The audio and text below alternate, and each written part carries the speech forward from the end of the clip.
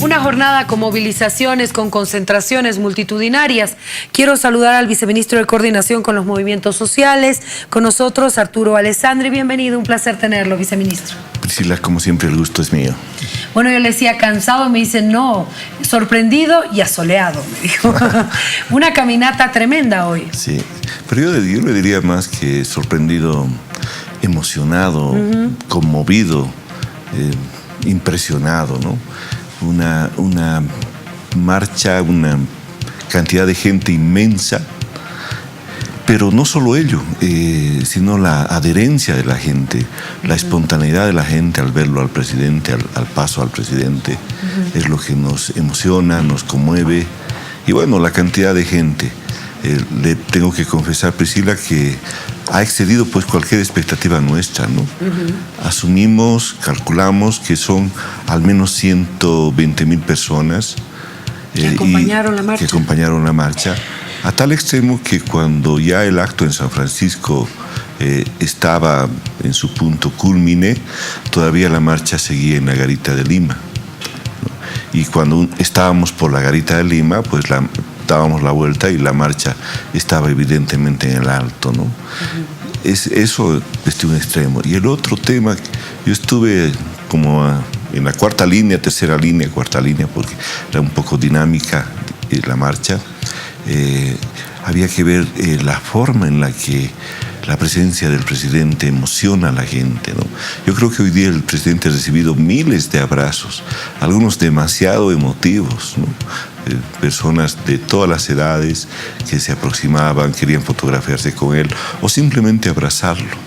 Y esto de veras emociona, conmueve, porque se muestra la motivación que tiene la gente con el presidente, en algún caso el agradecimiento de la gente con el presidente. Creemos que ha sido un baño de masas, pues, definitivo, histórico para el presidente la jornada de hoy. Bueno, no es usual verlo al presidente así, porque siempre está en concentraciones, siempre está en entrega de obras. Sin embargo, hoy estaba en las calles. ¿A eso se refiere, viceministro, ese contacto directo con la gente en la marcha en un día como un 10 de octubre? Bueno, el presidente en realidad es un líder político que más bien permanentemente está en contacto con la gente. Claro, pero tal vez hoy es cierto verlo en las calles. Porque usted mismo me dice, no, me dejó impresionado cómo la gente trataba de abrazarlo, de sacarse fotos. Eso no es tan usual, digamos. Cierto. Tal vez, aunque no es la primera vez que participa de una marcha, organizada en el caso por la COP, pero bueno, para mí es sorpresa tal vez el ver esa emotividad. La gente se aproximaba de sus ventanas, en algunos casos con banderas, con palmas, o simplemente gritando, tratando de llamar la atención del presidente, y el presidente dándose mil formas para atender a todos, levantando el brazo, gritando en algún caso, ¿no? De veras impresionante. Y la concentración ya en San Francisco, como seguramente lo han mostrado las imágenes, también impresionante, los discursos muy emotivos, se ha hecho un recordatorio de lo que ha sido la recuperación de la democracia, las organizaciones se han identificado como las autoras, las madres y los padres de la democracia como tal, y creemos pues que la historia da veracidad de ello, ¿no? Una jornada muy linda, muy emotiva. Bueno, además de estas concentraciones y lo que usted resalta, viceministro, no podemos negar que también ha sido una jornada con otro grupo que también se movilizó. Hablamos de activistas, opositores, defensores del 21F, que bloquearon la zona sur de La Paz, que se movilizaron y que también tuvieron una concentración multitudinaria en la Plaza San Francisco hace instantes. Bueno, es una constatación de que vivimos en democracia. Bloqueos entre comillas, ¿no? Porque en ninguno de los casos se detuvo, se inmovilizó al sistema de transporte, pero como tal, pequeños grupos que hicieron ejercicio de su derecho democrático a ser escuchados, a la protesta. Y en el caso de la movilización ya en horas de la tarde, cierto, hemos visto alguna cantidad importante de gente, pero de ninguna manera, absolutamente de ninguna manera comparada con lo que vivimos a mediodía, ¿no? más allá de las comparaciones, es un grupo de gente que tiene otro criterio, otra forma de pensar en un día que defendemos la democracia. ¿Qué le dice a estas personas que hoy tenían otro concepto? Primero que yo creo que el ejercicio de su derecho a ser escuchados, a la protesta, a asociarse, a expresar sus ideas libremente, debiera ser para ellos y para el resto de nosotros una constatación, una demostración de que vivimos pues en una democracia plena. Si estuviéramos en un régimen autoritario o en un régimen dictatorial, una circunstancia como esta en absoluto sería posible. Mucho más con discursos cargados hasta de adjetivos, cargados de circunstancias subjetivas que de pronto a veces se tornan hasta en un exceso del derecho a la libertad de expresión, ¿no? Viceministro, también tenemos que resaltar que esta concentración, ¿no?, con un número importante, como usted dice, no muestra una polarización en el país de lo que estamos viviendo, a nada de las primarias, de las elecciones.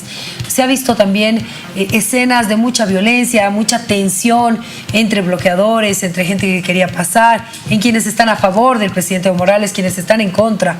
¿Estamos en un país polarizado?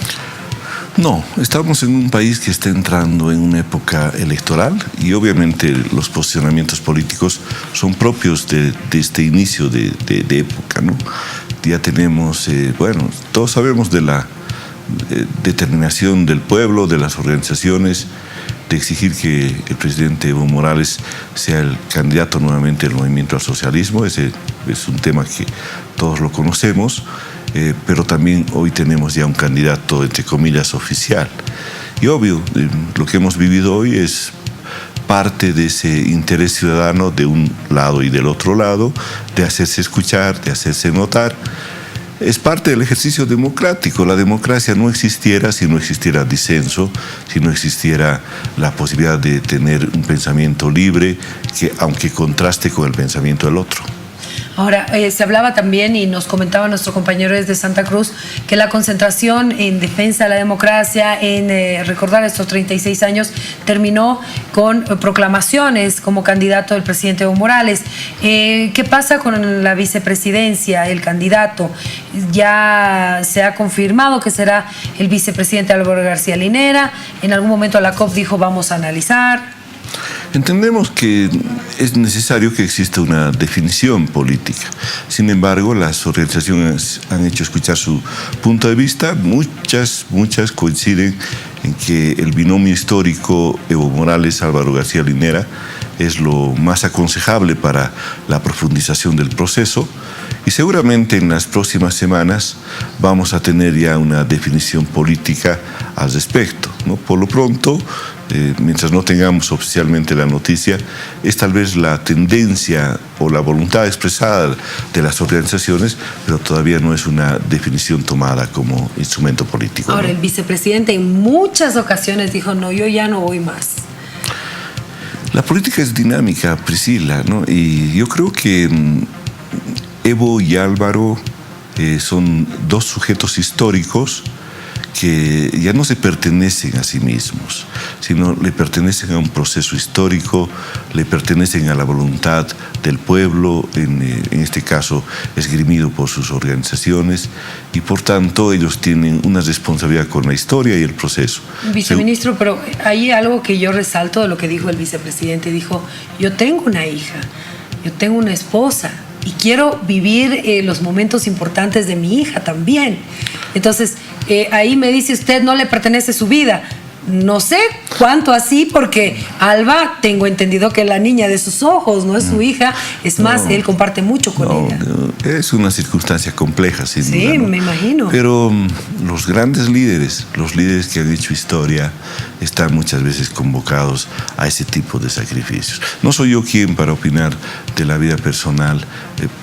Paralelamente, yo tengo dos hijas, me pongo en el sentimiento del vicepresidente, pero a veces es por la generación, por el futuro de nuestros hijos, que tenemos que seguir apostando a la consecución de un proceso.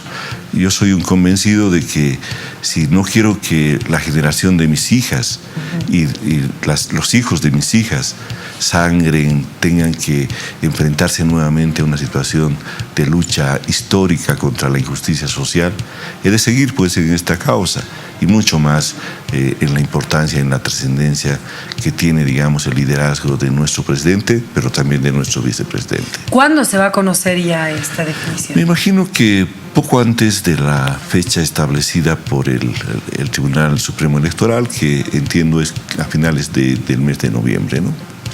Le agradezco mucho, viceministro, por haber estado con nosotros. Como siempre, el agradecido y el gusto es mío, Priscila. Muchas gracias. Muchas gracias.